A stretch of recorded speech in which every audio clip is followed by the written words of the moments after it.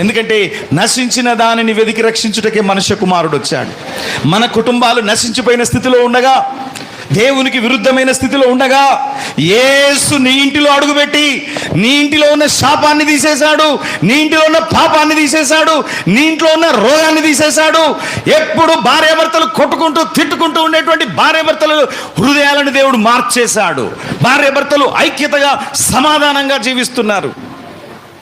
నేను కొన్ని కుటుంబాలకు వెళ్ళినప్పుడు టీవీలు వెలిగి ఉండేది, వాళ్ళ ఇంట్లో ఉన్న వస్తువులన్నీ బలిగి ఉండేది. ఏంటిది కారణం? భార్యాభర్తల మధ్యలో గొడవలు వచ్చినప్పుడు టీవీలన్నీ బలిగి ఉండేది. అలాంటి ఘోరమైన స్థితిలో ఉన్నటువంటి వ్యక్తులు ఈరోజు మారి సేవ చేస్తున్నారు.